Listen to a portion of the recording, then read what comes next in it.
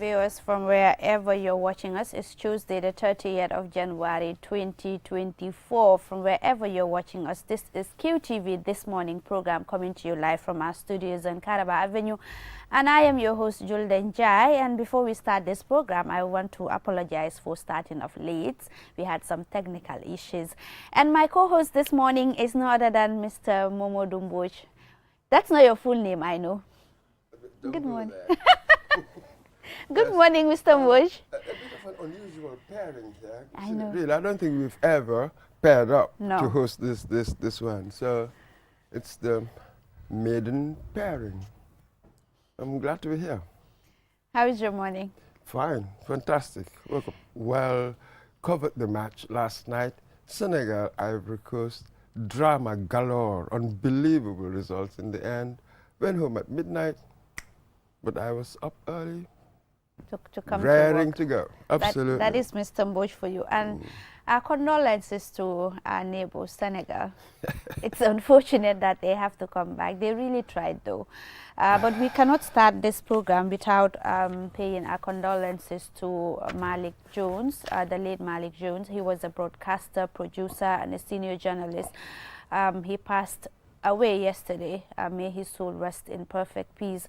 Anyone that is in the media fraternity knows Malik Jones because he contributed immensely towards the development of the media industry in this country. You know, he rose from a junior producer to a senior producer, you know, to becoming a deputy director general at the Gambia Radio and Television Services.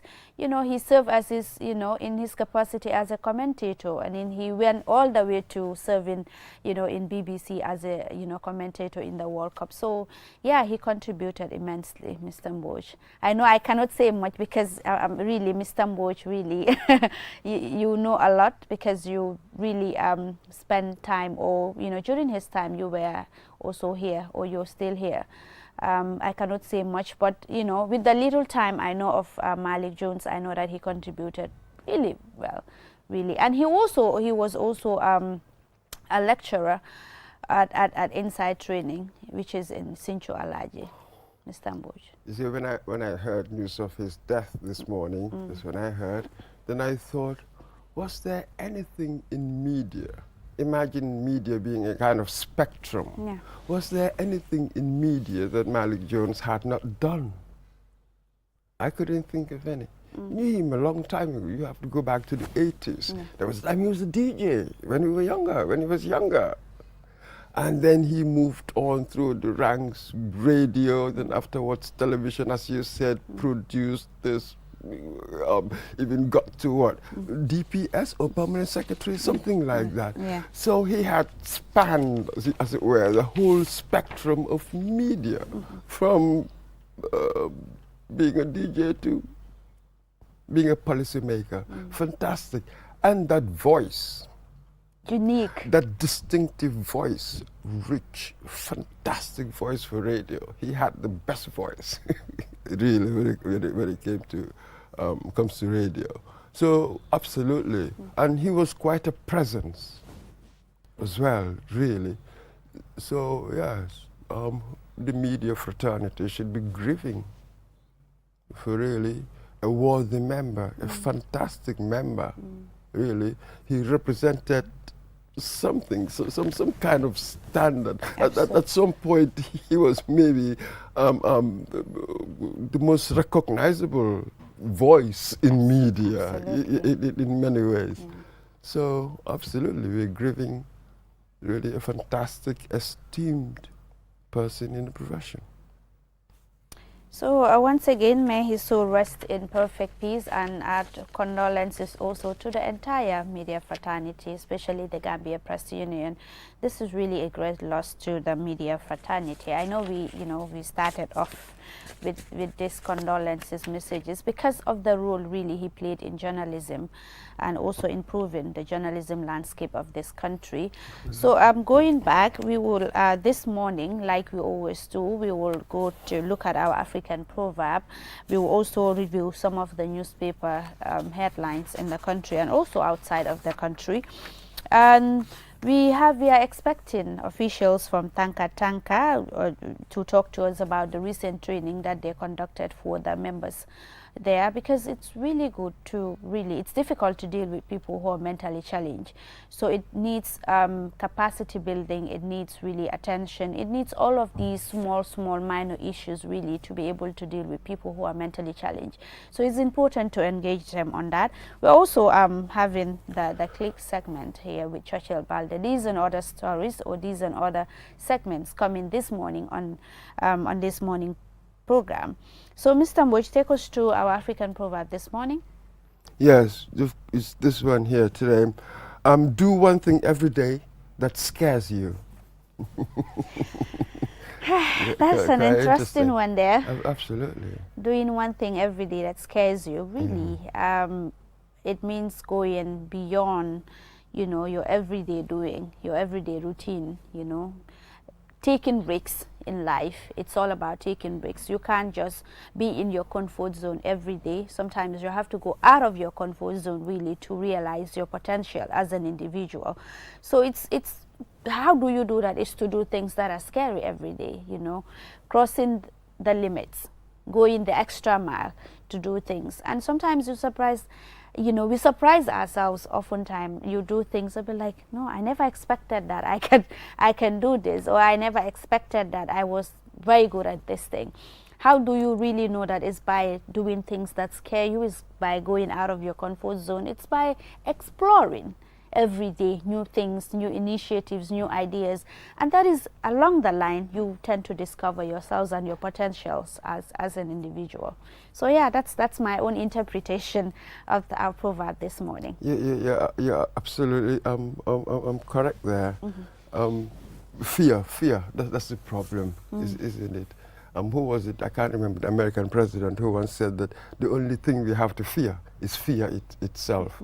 It stops you so much. I mean, it is such a barrier. I mean, it retards our potential, as it were. So that's what you need to conquer. Easier said than done, admitted, but a piece of wisdom that we must keep at the back of our minds, and hopefully it will guide some of the things that we do. So yes, I agree. It's fantastic. It is. So go out there, do things every day, explore, and don't be scared. Don't remove that fear factor out of it. I know every day as human beings we tend to fear sometimes, certain things, but remove the fear factor out of your life on whatever you do, and trust me, you'll be surprised as to the results of what you set out to do. Your magic phrase, yes, get out of the comfort zone. Absolutely. That's the issue. Move out of the comfort zone. So yesterday, let's look at Afcon, and we know that QCell are the official GSM partner of this Afcon 2023, and yesterday it was an interesting game. You can read it. Senegal and Ivory Coast. I think the last time that they met was in 1992, I read? Yes, it's something like that, exactly. But when you look at their stats head to head over the years, Ivory Coast has been the bogeyman for Senegal. Ivory Coast, well, yesterday, inclusive of yesterday, they've beaten Senegal 15 times. Senegal 8, and they've drawn 3. But in recent encounters, they've not been able to beat Senegal. And Senegal being the reigning champions, everybody expected them really to win yesterday. But something else happened in Ivory Coast. They had sacked their coach. I mean, everybody thought that, that's a big team and they're the host. They've got very good players. Somehow things are not coming together, and losing to Equatorial Guinea 4-0. People thought maybe it wasn't there, but there was something there. Somehow with this change of coach, Emas Faye came in, and suddenly they were transformed into this attacking machine, as it were. Absolutely. One couldn't just believe it, and we have to say they outplayed Senegal. Really, they outplayed Senegal. Senegal scored in the 4th minute, but afterwards it was all Ivory Coast. It was all Ivory Coast. So in the end, we were not surprised that there was that opportunity. They created a penalty situation because when you're attacking all the time, either you score or you make the other person foul you in the box, and there was a penalty converted, and this is it. And to say that most of the players there were new, they have not played since the Afcon started. It was really interesting. It was a game changer, really. That's why sometimes we ought to trust in our local coaches and then really transform football. That's why we said sometimes you cannot reach the end of the tunnel if you don't give people the opportunity. If you just stick to one person and say, okay, this is the person who can transform this football or team or take it to the dreamland. We ought to give people the opportunity to really strive, you know. Let us give them the opportunity to do something new. We cannot just stay with the same people forever because, yeah, they've taken off to Afcon, okay, because we qualified. And so what? It's good to transform. Look at what happened yesterday. Who would have thought that, you know, Ivory Coast will defeat Senegal? Even though we know that historically, I mean, they have always defeated Senegal. But yesterday, because of how they started off, because of how Senegal started off, no one thought that they would go, you know, out of, you know, the round of 16 this early. Yes, the idea of coaches and foreign or homegrown stuff like that. Maybe there was a period in the past when we needed perhaps the foreign coaches. Because really the infrastructure, the training, that sort of thing had not happened. But gradually, it seems we've been evolving. So now, in fact, I was reading one British journalist yesterday who was talking about the French journeyman. They call them journeymen, you know, this sort of adventurers going around sort of for jobs to make money. You have a handful of them who used to come to Africa, but they were not necessarily coming to win as such, but to build up their CV. So little wonder that this time you've got many Africans, people, homegrown, so-called homegrown coaches, people who come out and they want to go out and win. So the football we are seeing now is absolutely fantastic. And we are having fewer and fewer European coaches as we are taking over. So the football itself is changing. Whereas before, perhaps you wanted to safeguard your reputation, so you don't want any embarrassing defeat, as it were, so you'll be more defensive.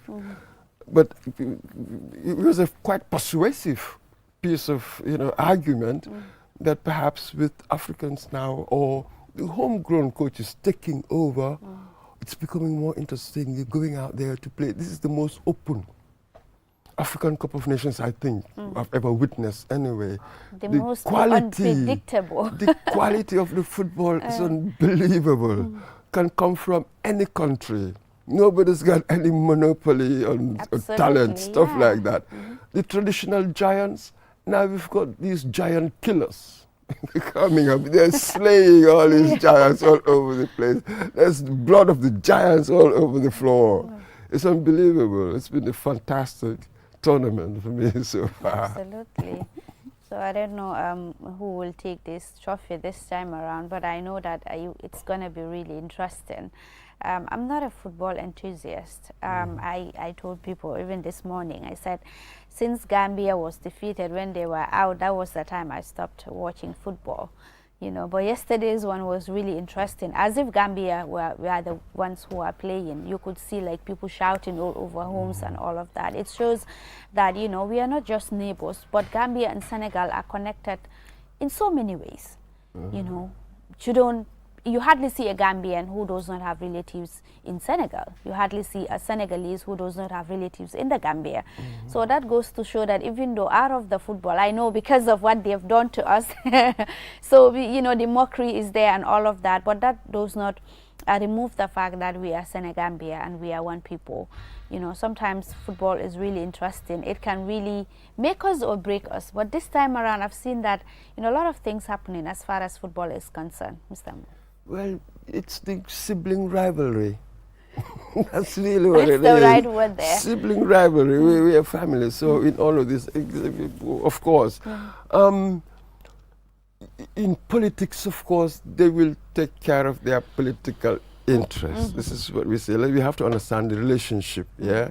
And in sports, oh, please forgive me, I'll support Gambia and I want to beat you. You know, let's put the family side on the back burner until after the game. But culturally, linguistically, where else can I go and speak my mother tongue, Wolof, and the other person speaks his or her mother tongue, and we understand each other? That's really cultural homogeneity, really. Absolutely, yeah. So that bit, nobody can deny that. But this is football, and yes, we take the mickey out of each other. You know, I'm sure they make fun of us. We also make fun of them. When we had our flights, the plane with our footballers, what happened at the airport, when you went on social media, you saw what was on social media. They were having fun with that and the like. So with us as well, yes, we exited early. So now you followed us. Yeah. So we are all in the same boat now. Absolutely. So some people were gloating last night about that. One person came to me and said, yes, I'm glad that they are out. They are out, You know what I finally. mean? You dig it in a bit, because that's what they do to us. That's what happens. So still on the home front, away from football matters, last week President Adama Barrow lifted the ban on the Janneh Commission recommendations to ban certain people from serving in public offices, people like Momodu Sabali, people like Njogu Ba, and Sira Walinda Unjai, all of these people. And we've seen that a cross section of the people in the society coming out to say that that is unfortunate, and that should not be, for the fact that a lot of money has been spent on the Janneh Commission, and recommendations were made only for, a few years later, only for President Barrow to come and lift the ban on those individuals who were allegedly, who have allegedly committed corruption and looted state funds in this country. I've seen this morning on a newspaper that, said that there is a person who was quoting, saying that President Adama Barrow does not have the right, to really lift the ban on this. But constitutionally, I'm not a constitutional expert, but I don't know what the constitution say about whether Janneh commissions, whether the president has the right to really lift the ban or he does not have the right. That is left to the expert. But with the understanding I have, I mean, he has the authority, he is the leader, he is the head of the civil service. So if he lifts the ban, whether it is constitutional or morally, that is subjected to debate, Mr. Mboj. You used the word, you said the recommendations from the Janneh Commission. It was the chief executive that established the commission. Then afterwards you give your recommendations to the chief executive. But that's the clue. It's not law. The chief executive doesn't have to follow it. Okay. When you give me recommendations, the recommendations are not binding. That is optional. It depends on what I do with the recommendations. Maybe, to me, a more legitimate question would have been, I wonder, does he have an objective criteria that would determine which ones I would implement and which ones I would choose to disregard? How did he come to, make these decisions? I think that would be more interesting than talking about the rights of the president to implement recommendations given by a commission or not. That's an option. It doesn't have to. It is not binding at all. So I'm not sure what people mean by he doesn't have the right. Absolutely. Which law is he breaking? For people who've said that, I would love them to tell me which law, what is he breaking? Really. There also has been debate on the matter since this happened. We've seen that Momodu Sabali, a few weeks ago, he quit his party, and then we've seen him with the president. Now he is with the NPP. And, people have been making assertions that probably that could be a reason. Maybe he wants to favor Momodu Sabali, and the only way he could do that to make, justice to the people who were banned is to lift the ban on everybody and not just Momodu Sabali. Lift the ban on everybody, that's never going to happen. Yes, Momodu Sabali has left UDP and joined NPP. That is his choice. This is what we see. politics, democratic politics, particularly with all over the world. Actually, I can do whatever, especially in politics where people are not glued by an ideology, this left-right ideologies. You see, people make these decisions based on your ideology. When you're in Britain, for instance, are you Labour thinking or Tory thinking? You are in the US, are you a Democrat or a Republican? These are the ideas that would determine whether you're going to leave a party or stuff like that. Over here, not so much so really. It's more of the character, the personality, and the factors. So he has every right to change party. I see really no problem with that. So if you want a moral argument about certain things, well, we can have that. But it is really his privilege. Let's call it that. I don't like calling this thing. It is his right to do this. It's his privilege to do anything like that. Now, with the president, you've given me this recommendation. I have an authority.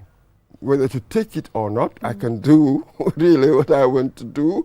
And this person has joined me. Possibly, I will not implement the recommendation regarding this person because he's with me now. This is just practical politics. I don't moralize over these things. That's for others to do. But this is really, if the president wants to pardon him, and he has the authority to pardon him, he can. Why not? Okay. Why not? So with that, we will take a short commercial break. When we return, the program continues. To stay tuned. The art of juggling is a true spectacle of agility, coordination, and speed. A symbol of progression, precision, and mastery.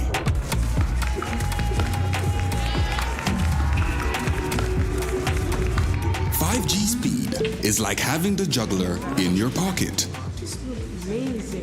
With lightning-fast download and upload speeds, you'll easily be able to juggle even the busiest workdays.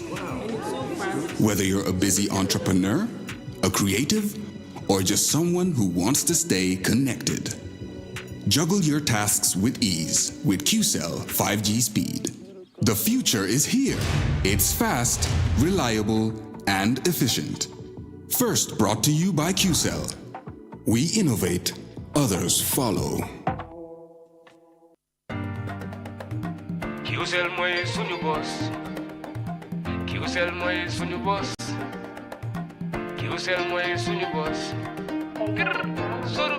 Go, ebe dawa full network suta tili. QCell. Ni lafta diamla wati jamala mune diata. QCell. Most reliable network dumala geta wati. QCell. Wo quality man nyon soto jam pona manke QCell. Hani be wuloni farole kono walante be bako na jala fayola network o se taria. QCell suñu boss. Nyo finjeka indi 3G ñu delu taxi 4G plus and now we bring you 5G. 5G. First and only 5G provider. Itella follow adi doron nesa keno.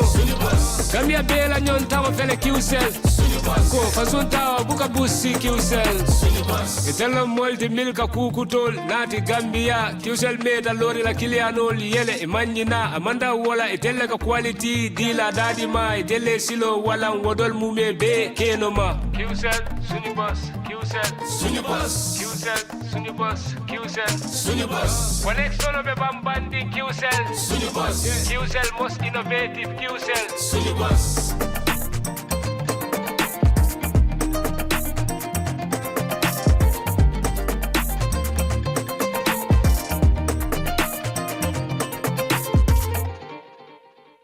The future is now. With QCell's 5G network, experience speeds like never before with our new 5G Rocket Fixed Internet plan. Get speeds from 10 Mbps to 100 Mbps. Your 5G-enabled devices.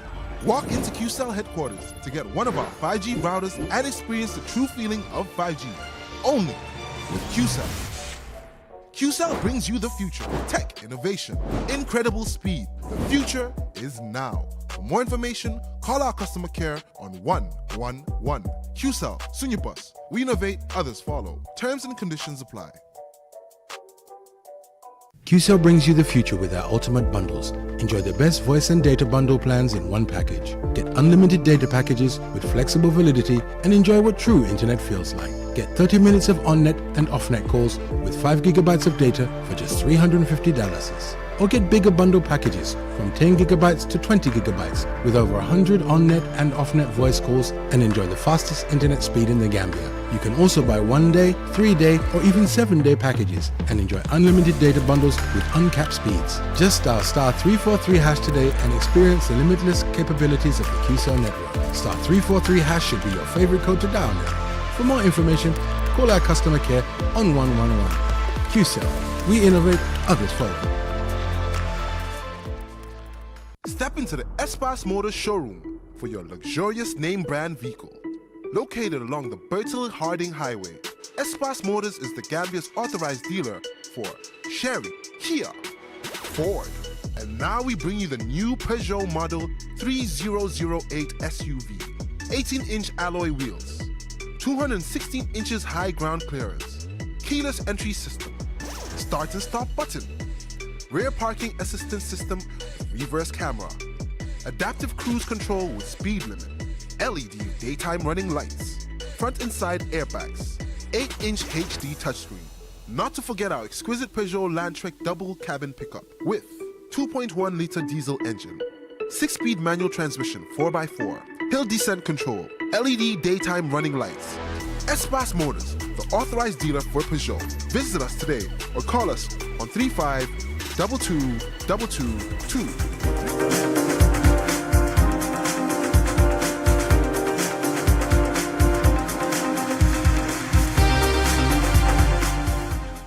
Welcome back. If you're just tuning in, this is QTV This Morning program and I am your host Julden Jai. My co-host is Momodou Mbouch.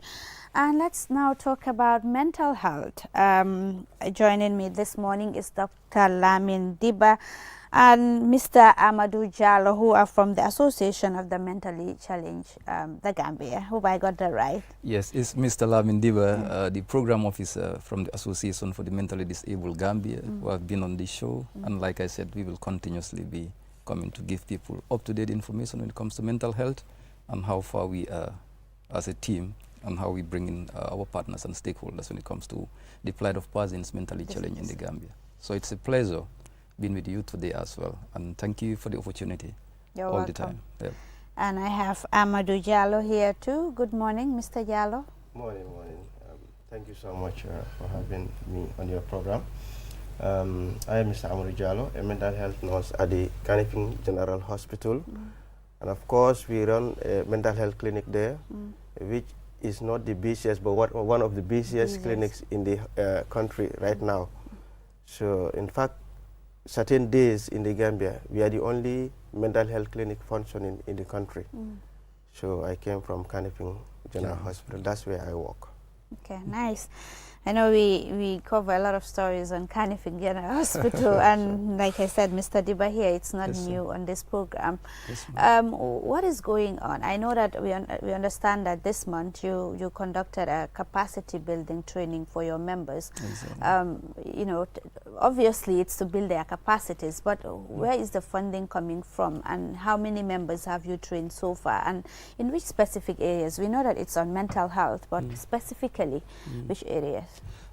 Thank you very much, Julde, for that question. Like we've said previously, the Association for the Mentally Disabled Gambia is an advocate group, and some of our key areas are capacity building and also engaging the communities and other stakeholders who are players within the mental health fraternity. Coming to our recent training that we have conducted, it was a training specifically meant for our volunteers. One, to equip them with up-to-date information when it comes to care plan for persons mentally challenged.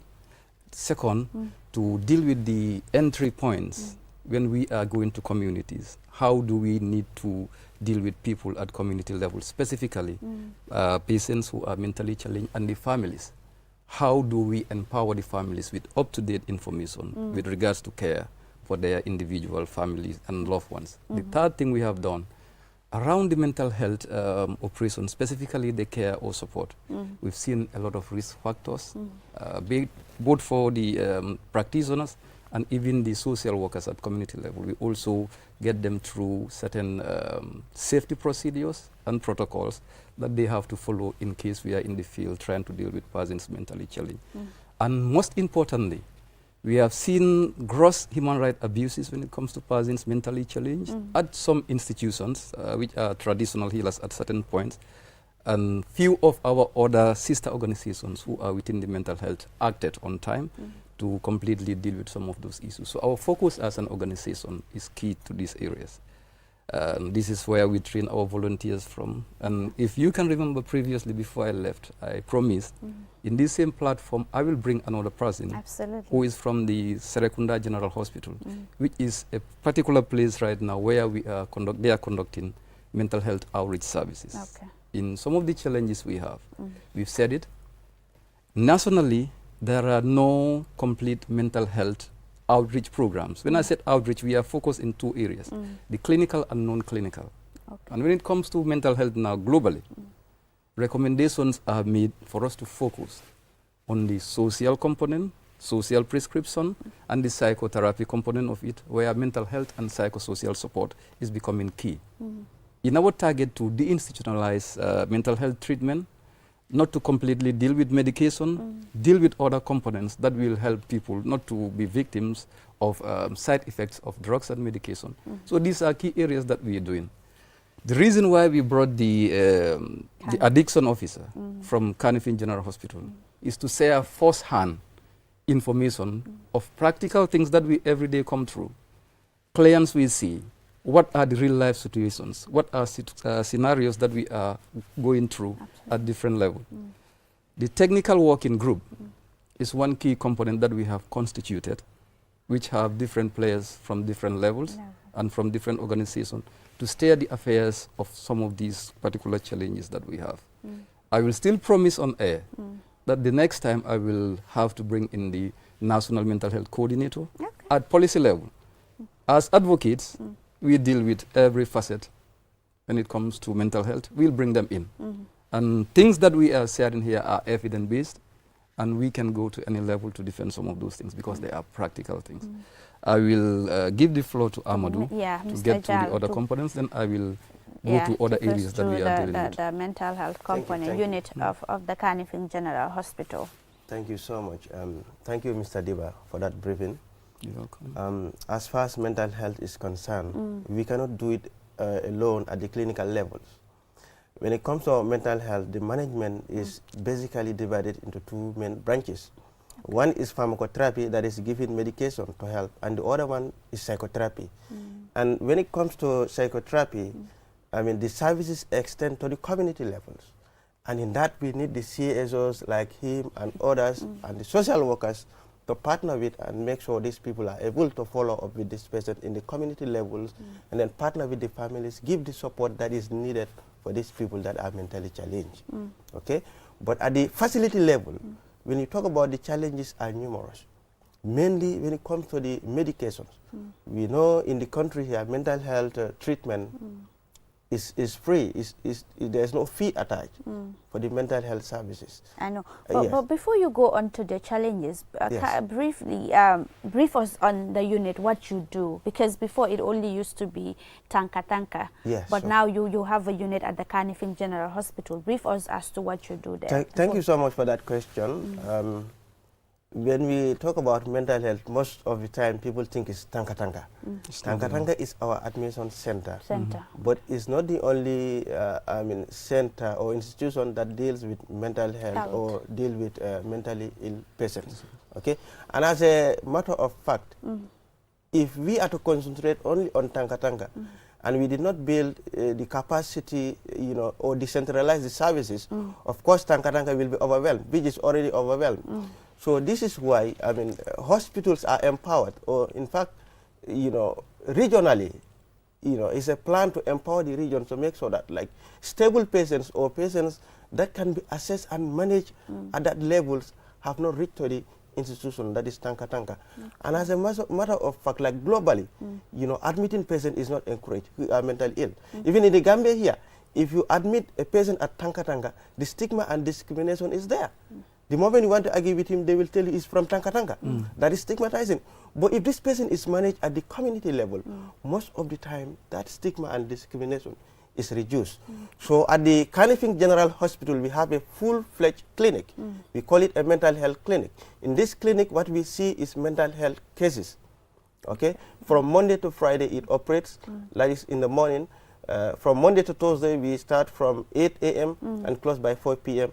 and then on Friday we close by 12 noon.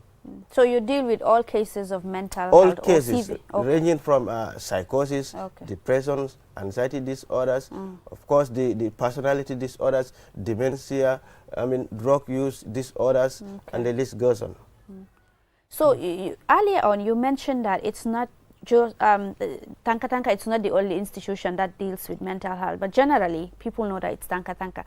Sure. So does that mean that it's all the other health, institutions or facilities in this country have special unit to deal with mental health issues? Just to be clear on that. Thank you. I think in 2018, when we were trained as mental health nurses, what the program unit plan was to have a mental health focal person in each region, and that person will be coordinating the mental health treatment and then at least try to train other nurses to see patients at their outpatient departments. But unfortunately that did not work well. So those focal persons, they were in the regions, but now some have traveled, some have been back in the Cambodia. There are many factors that were responsible. And again, to make sure that was effective, there is a manual that is called the Mental Health Gap Action Plan Treatment Guideline. That one is the guideline that is to be used for people who are not mental health specialists. It's like, a step-to-step direction that you can do for a client, like from the assessment, you come into the diagnosis, and then the management. Everything is clearly spelled out in that guideline. So that is meant for all nurses generally. Even if you are not a specialist, you are expected to use that guideline and then help this client at your various facilities. And in doing so, we've trained, in fact, nurses on how to use that guideline. Just recently, 2 weeks ago, we conclude across the board? Exactly, across the country. 2 weeks ago, we conclude like a nationwide training using that manual. So this is what we are doing to make sure that Tanka Tanka is decongested. Let's say like all the burden is not Tanka Tanka. For Tanka Tanka, there are certain cases that should be sent to Tanka Tanka. But not all people who are mentally challenged will go to Tanka Tanka. Looking at Kanifing, the number of patients we see on a daily basis, all cannot be sent. What we send to Tanka Tanka is just about 5% of the patients that we see. So all the 95% are managed at the hospital level. On average, how many patients on average, at least 30 in a day. 30 in a day? 30 in a day. Sometimes we go up to 45. Wow. The statistics are there. How widespread is the problem? Do we have any numbers about the individuals suffering mental disorders? Do we have any numbers nationally? Nationally, before going to that question, I will want to add on what he have just said. Nationally, when it comes to mental health and mental health problems, like you said, it is not only Tanka Tanka, Serekunda General Hospital coming up right now. Like you said, the mental health gap, that is inmate gap. Previously, through our program, that is the Mental Health Leadership and Advocacy Program, we have initiated and trained some of these nurses across the country who will serve as focal persons, like you've said. And again, from recommendations, when the project was off, the footsteps are still followed for specific individuals to be trained for us to maintain that. Because we know, when it comes to mental health services, the gap and the service is big. So coming to your question specific, the number of people who are mentally challenged nationally, from the 2004 WHO survey that was done, that was the latest one we had, it was almost 20,000 people by average. Taking that by percentage, how many percent as Gambia is as small as we are? Like I always will say that. The number that are seen is far more bigger than what it is exactly. So there is a lot of things we need to do specifically at the community level to make sure some of these things don't keep on rising, because the threat is clear. This particular program, the reason why we always will utilize the opportunity given to us. People have heard and they will continue hearing from us in this particular platform. And I'm glad, through your support here, the national president himself, that is our president, at some point, take it up in a way and call the metro na tanka directly without protocols for him to discuss first-hand information when it comes to mental health. And of recent, we are aware, because we are following up as an advocate group, we are aware that the National Security Council paid a courtesy call to the only psychiatric hospital to discuss about some of these issues. Because nationally, we are all seeing certain things on the streets. It's aligned with mental health. We've seen the number of people daily. You will see new cases every day. And they are young people. The cases we are seeing, somebody concerned as a nation, of course, we will ask, what is the reason to some of those things? So the National Security Council, I understood, they have discussed at certain level, and we will invite them as a party, because when it comes to services for mental health, we are not reinventing the wheel, and it's not just zero. We are at some point. So coming up as non-technicians or expert in those areas, we are welcoming them. We will sit down, discuss, and continue from where we stop, because that's the mistake most of the times we have. People think nothing is happening. Something is happening. Okay. We just have to continue from where we stop. We know the challenges. We know some of the things that we can do. Coming back to the mental health technical working group, recently we just finished one of the program areas where we have been discussing and trying to come up with strategic work plans specifically for the outreach that we are seeing, which is medical and non-medical. Okay. And interestingly, just for a quarter, let's say a 3-month community outreach up the country, North Bank, South Bank, you'll be amazed with the budget line for medication, which is psychotic drugs. Generally, we know it is not only the Gambia. Psychotic drugs are expensive. If as a country, we have stood, our leadership have stood at a particular point to take up that responsibility because of the premium that is given to mental health, it is still the obligation of most of our old independent players, the corporate world, the employers, I will say, like I always will say this at our meetings.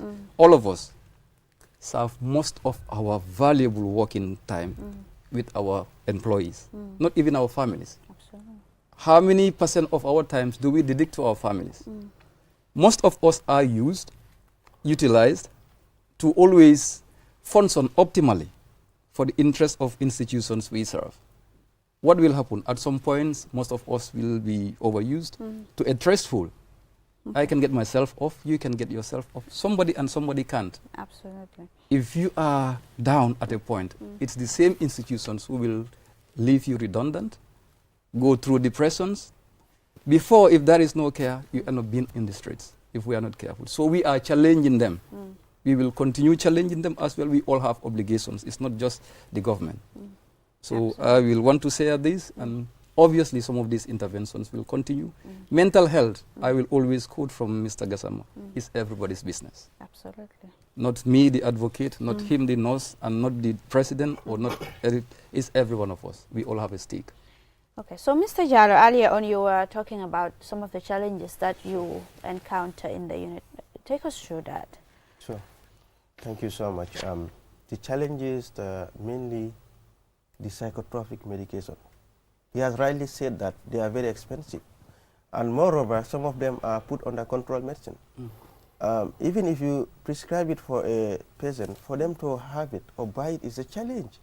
They go around the whole pharmacies to have it is a problem.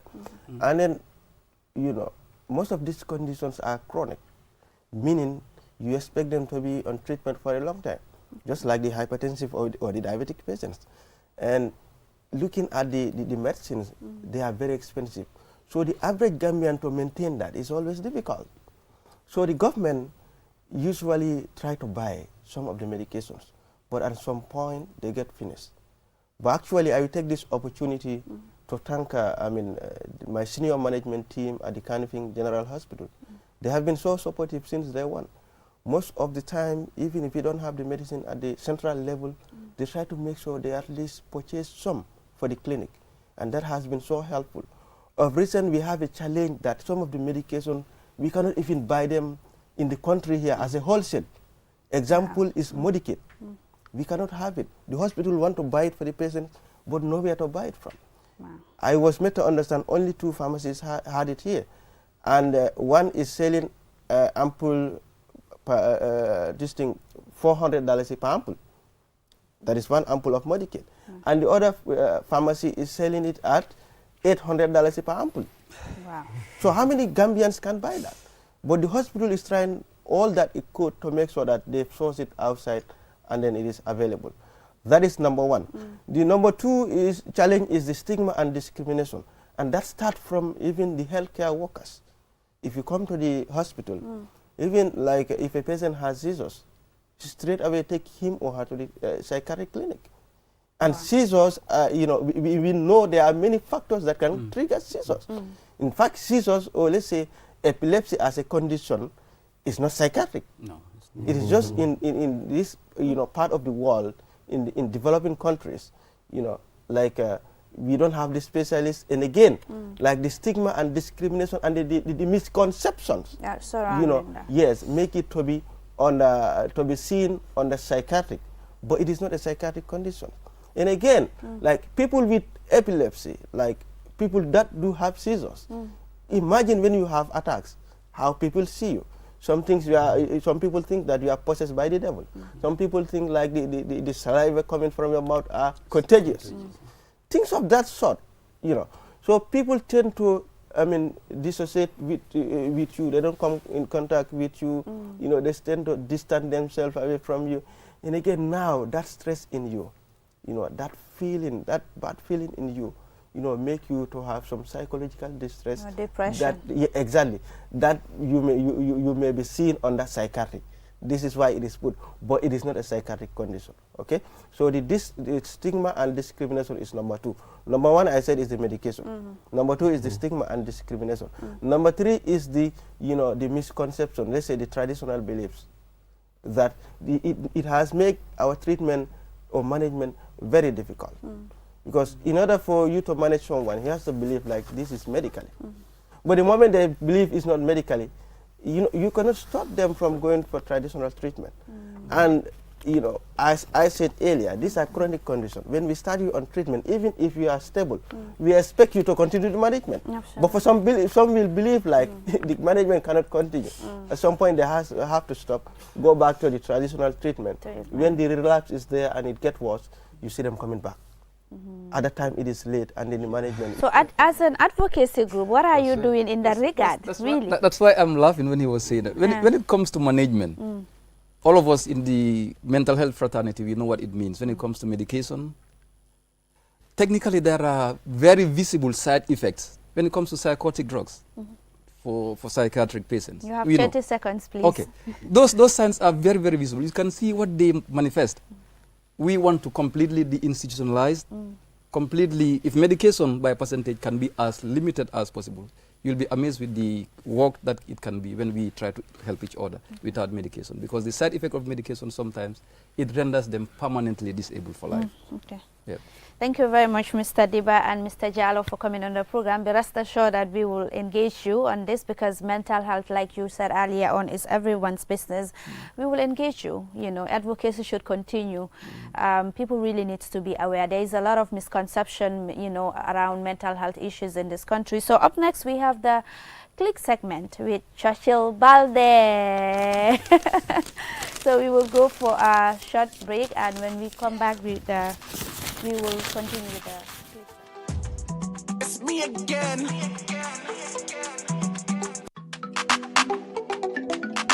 Yeah. It's me again. Foreign Prince.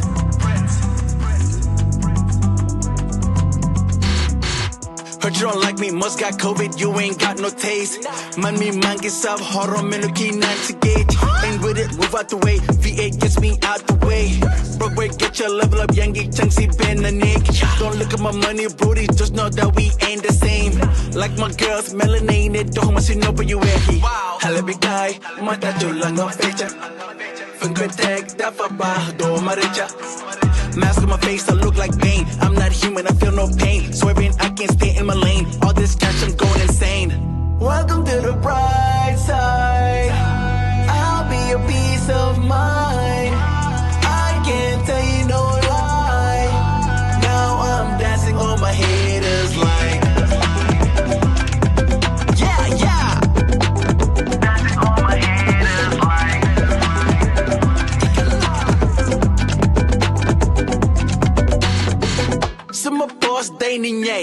lol moy diis ba taxul ba léegi yeah maa ngi xiif yeah na moo ngi diis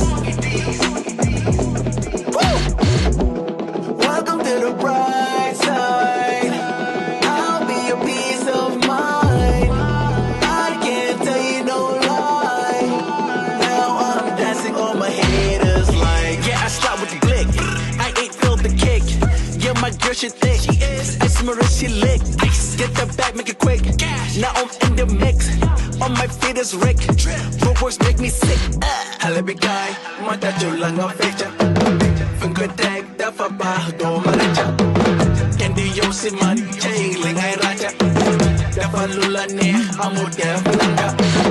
Mangaron oh, mangini. I just pulled up to the scene. Hop out in a foreign machine. On my shirt, it's Celine. Amiri, that's my jeans. Eyes red, I need Visine. Just might do it on the beam. Yeah, make sure you keep it clean. Halabi guy, mata julang of feature. Finger tag, dafa ba do maracha. Wow, wow.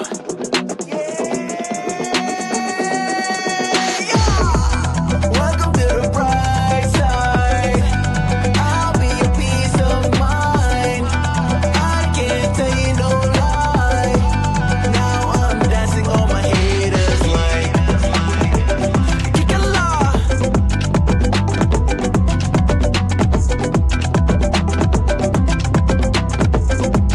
Now I'm dancing on my haters like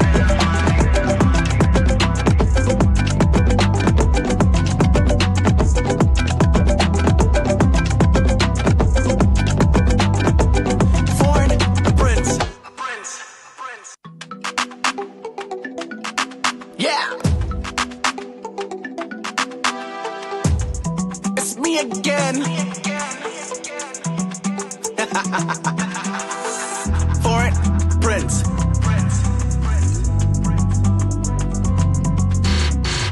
Heard you don't like me, must got COVID, you ain't got no taste. Man, me man gets up, horror, menuki, 90 gauge. Ain't with it, move out the way. V8 gets me out the way. Broke break, get your level up, Yangi, Chunksy, Ben, and Nick. Don't look at my money, Brody, just know that we ain't the same. Like my girls, melanated, don't must you know, but you ain't he. Hella big guy, mata julang of feature. Finger tag, dafa ba, do maricha. Mask on my face, I look like pain. I'm not human, I feel no pain. Swerving, I can't stay in my lane. All this cash, I'm going insane. Welcome to the bright side. I'll be your peace of mind. I can't tell you no lie. Now I'm dancing on my haters like yeah, yeah. Dancing on my haters like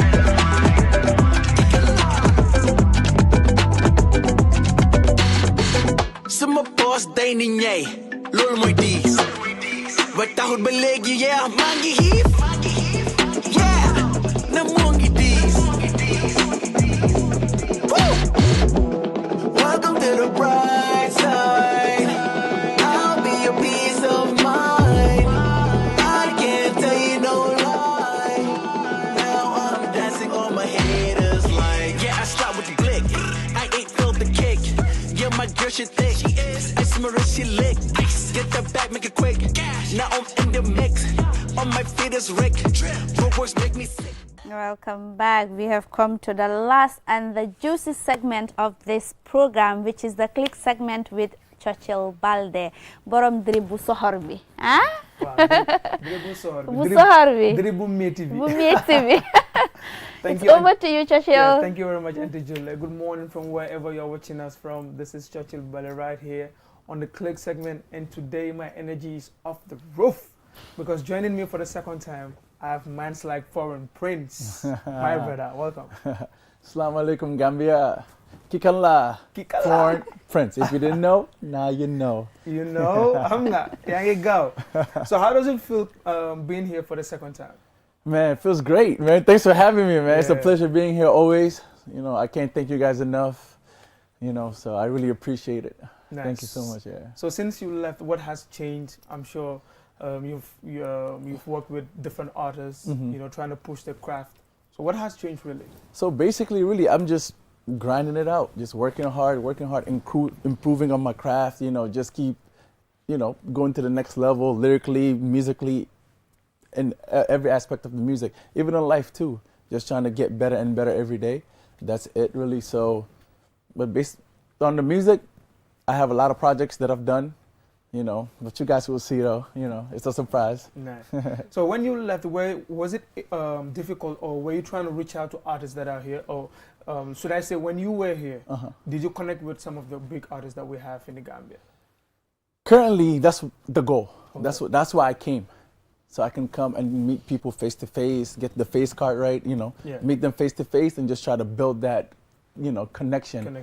It's better to come and meet people and see them face to face and talk to them than just to be on the phone. But I feel like it gets the work done even faster. True, yeah. True. And what are your upcoming plans?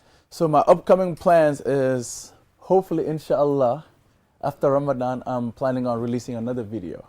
Yeah, so should I tell them what it is? Should I not tell them? No, you should, because this is the morning show. I don't know. Where we clear the air. Well, I will tell you guys this. It's another mbala. So hopefully. Gis na nak dan dem muna mbalahal nak. Tuti rek, I'm ready to try rek.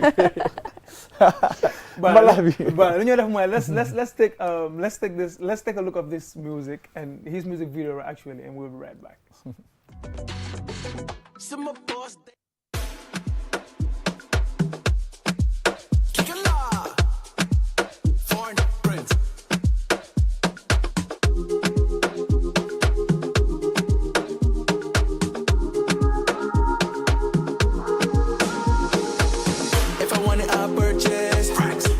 Not on purpose, baby, come, don't be nervous. Weirdos with me, not the circus. Red dot on your back, you're a target. Make more money than the market. I met that chick from Charlotte. When in town, she rolls the red carpet.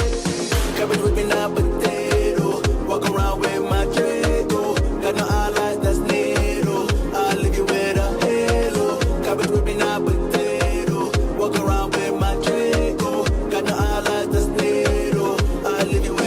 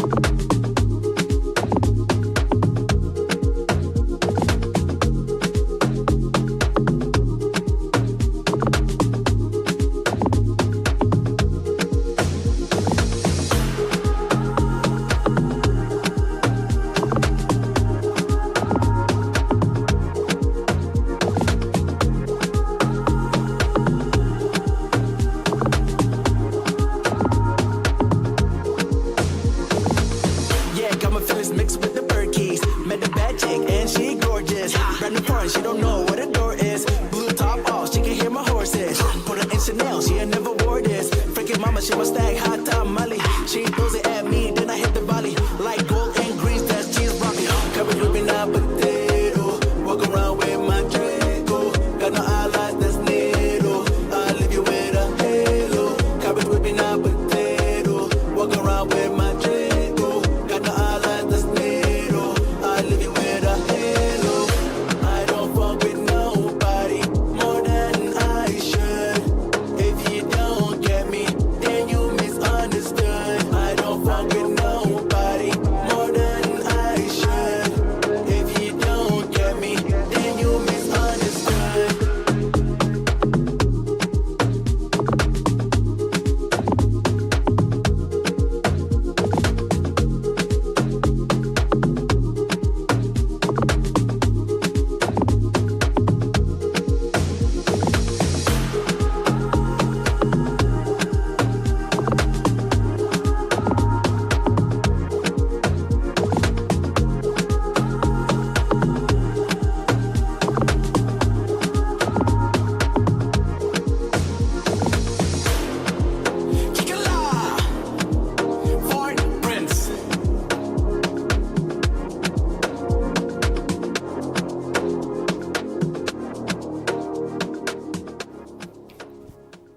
Kikala, Foreign Prince. Let's talk about the soundtrack. Yeah. This is so like different from what we are used to here in this country, because this is giving me that club vibe. Let's talk about this song. So this song, my friend Kobe was producing it. Okay. And I came into the studio to record one of my songs. So when I came in and I heard him producing it, I was like, yo, I have to have this. I heard it and I was like, I have to have this. I have to have this right now, you know. And it was just like that. While he was just making it, he wasn't even finished with it. And I was already like coming up with lyrics for it and just, you know, playing around with it. And we recorded right there on the spot. It took me like maybe like 10 minutes. 10 minutes. Yeah, 10 minutes just to write that song. And like that's talent right here. Yeah, just 10 minutes, and then we just finished it and then polished it, and then boom. And then 2 weeks later, I shot the video. It was as fast as... Yeah, it was just fast. I just liked it so much. I was like, I just did it. And I kept the video for a while before I released it too. Okay. So I had it for like, I want to say 3 months. Wow. Yeah. Before it was released. Yeah, I had it for 3 months, and I didn't, you know, then I decided, you know, let me just release it to bridge the gap from the last video. Okay. So I was like, okay, let me just release it and then work on another one. And how did your fans react to this video? So this one, they reacted really positive. It was very positive. I was surprised. I didn't think it was going to be like that. Okay. So people were telling me, yo, this is nice. You need to do something else, something else. But I told them, just hold on. You know, it gives you that party vibe, like you're in the club. Yeah. Yeah, that is the exact feeling that I had listening to it. Yeah. Yeah. Mm-hmm. So, what style do you call this, or what genre do you So call this? the sound is just amapiano. Okay. Really, it's just amapiano. So I just hopped on it and just, you know. And then do some little raps. And just put my own twist to it. You know, I just put my own twist to it, and that's it right there.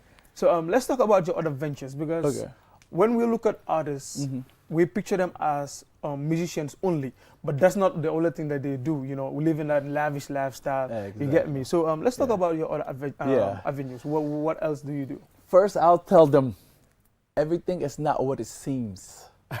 Everything is not what it seems. You see all the glam, all the nice things that you see. Like they say, not everything that glitters is gold. Perfect. Exactly. I hit the nail right on the head. Okay. Yeah, so we're just normal people. We work hard every day like everybody else. True. We have other jobs. Music is not the only thing we do, at least for me. Music is not the only thing I do. So I work, I'm in IT, you know, that's how I get my money, you know. So now I'm trying to get that to translate into the music too, so I can just make money all over the place, you know. Like, who doesn't want to make money? Everybody wants money. Everybody wants to make money, yeah. So that's really what I do. I just work. I have few, you know, things that I do that, you know, get me money and all that stuff. So, you know, yeah. And then I do the music too. So it is what it is. You can do it. You can do them all. You can do them all. Yeah. Yeah. Don't limit yourself. And who is the artist, or who are the artists that you listened to growing up? Growing up, okay. Growing up, as you already know, when I was a kid, I grew up here. So it's like my dad used to be a DJ. So I used to listen to a lot of different artists, from like reggae artists, mbala artists, for example, like the likes of Yusundur. True. You know, obviously I used to go to his concerts all the time when I was young. Okay. You know, he was like one of the main ones, really, the mbala. You know, also to my older cousins too, they listen to rap music, you know, in the States, trap music, whatever you want to call it. Okay. So I listen to a whole different, you know, different types of genres, you know, so, yeah. So knowing that you are not based in the Gambia, and how do you see the Gambian music compared to where you are? Oh, man. I feel like the hustle is the same. Okay. There and here, you know, you got to grind to make it to the top. True. It's the same thing over there too. And music requires a lot of money. True. It's a lot of investment. So you can't just, you know, if you don't have that, you know, ready, it's going to be hard for you to go up. To elevate to the next level. If you don't have somebody to support you, you know. So it's not really that much difference. I feel like it's more of the same, you know. But over there, the quality of the music, the sounds, the videos, you know, I feel like that's just that's the only thing that I can say, really, that's like that they have edge over us. Exactly, yeah. And also they have in-depth knowledge about music, because here I don't even know whether we have music schools here in this country because I stand to be correct. I haven't seen. I don't know whether it exists, but I haven't seen or heard. You know, but in other countries, it's all over the place. It's all over the even place. if we have it here, it's limited. Yeah. You know, not everybody can access it. Yeah. So I think those are little things that matters as well when it comes to quality sound. Exactly. Because once you learn the craft, sound engineering, everything. Yeah, exactly. So because like back home, we in Atlanta, so we have SCAD Academy, or I think that's the actual name, SCAD. Anyway, so it's like they have a music program. Okay. You know, producers, engineers, everything, right? And then you work, you go to school, and then once you're done, they take you and push you onto like record labels and all that stuff, and you work for them. You know, so I wish they had that here. Yeah. You know, I wish they had that here, and build everybody, and it would just take the music up. You know, the quality, everything would just go up. But as of now, to answer your question, right now, Gambia music is doing pretty well. Okay. But I feel like there's certain things that's missing. You know, like the support. You know, you see like when other artists from like overseas come in or foreign artists come in, when they have shows, it's like packed and it's jam packed, and nobody complains about traffic the price everywhere, and nobody complains about the tickets. Yeah, nobody. You see, but when a Gambian artist, home-based artist comes and says, "Oh, I want to have a show and do this," the support, boy, dafa ser, boy, dafa overly, boy, you know, understand? I think our artists are underestimated. Like the work that they put in, they feel that whatever they charge, they don't deserve to have that, which is very wrong. Because you work hard for this moment. And music, like you said, is very expensive. It's very expensive. You know, studio time. You know, sometimes there are some people that even have to buy beats. You have to buy beats.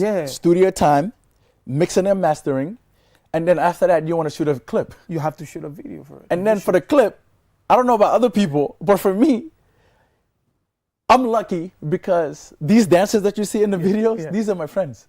Wow. These are actually my friends. They all teach dancing. Okay. Yeah. So you don't have to spend that much. Exactly. Like I don't have to spend and pay them individually. You know, I don't have to. And the videographer, he's my friend too. This guy is the luckiest guy in the world. And they've given you a very good production. This is a very wonderful production. Yeah. Obviously, I give him something for the work. You know, I'm not just gonna leave him empty-handed. You know, we do all of this. You know, and I also help produce the videos too and everything. Okay. I just tell him, bro, just come in, and then we go here, we do this, we do that, and then organize the girls and all that stuff, and then boom, that's it. And he also does like majority of the the stuff that we do. Okay. So I appreciate him a lot. Yeah. So technically, you are saying the support is what is lacking in this country. Yes. Yeah, especially with our home-based artists. Yeah. But I'm sure with time we'll get there. Yeah. So speaking about labels, are you signed into any? I had the chance. Okay. But I didn't accept. Okay. Yeah, because. And what is your reason? And which label would that be? It didn't make sense. Okay. I don't think I can say that though. Okay, I don't think I can say that on TV. Okay, that's fine. That's fine. But I'll tell you. It's like the offer that was on the table. It didn't make sense. Wasn't favorable to you. No. So definitely what is your advice to people that have all these offers from music labels? Because it's not what it seems sometimes. You know. Yeah. Getting into a label can be a very, very, very, very tough place to be. Because sometimes the contracts. We've seen artists that have lost their minds because of bad contracts. Exactly. Yeah. So what is I feel like the main problem is like initially, like let's say I'm a record label. Okay. I come to you and I said, CV, I want you to be on my label. Okay. You know, like this is the contract, and then boom, I put $1 million in front of your face. Okay. You've never seen that kind of money before. Exactly. So the thing that's in your head is like, I need to take this now. Yeah. But you're not reading the fine print. That eventually you're gonna have to pay that back. Exactly. You know? So it's just, I feel like most people, especially when you take them from like less fortunate areas and you put that kind of money in them, they see it. Oh man, I can help my family out. I can get out. I can get out, live my life, enjoy, and do all that stuff. You know, people see that and they run with it, but they don't really read. And then now you're fighting to own your masters and all that stuff. So it becomes a battle. And you don't want to later on down the line, you don't want to be battling. You know, once you make a huge career out of it, you know what I mean. You want to own your stuff. True. Yeah. Man, it's nice having you. You know, for the second time. Yeah, I've just been told the time. This is what the time has allowed us. So your final words for today, because I'm sure you'll be coming back some other time. Yes, I just want to thank every individual in Gambia. Thank you so much for the love. Thank you so much for the support. Keep praying for me. I'm praying for y'all. And tell them where to find your music. If you guys want to follow me on Instagram, you can follow me at _foreignprince, or you can go to YouTube and subscribe, like, comment, share, all that jazz. Foreign Prince. Just search Foreign Prince Gambia, Foreign Prince. Anything you search, you will see me. So, my man about to blow up in this country big time, because now he's in safe hands. We are not announcing anything, but just look out for my man. So it's your man right here till I come your way again. Probably tomorrow. Goodbye. Kikala, Foreign Prince.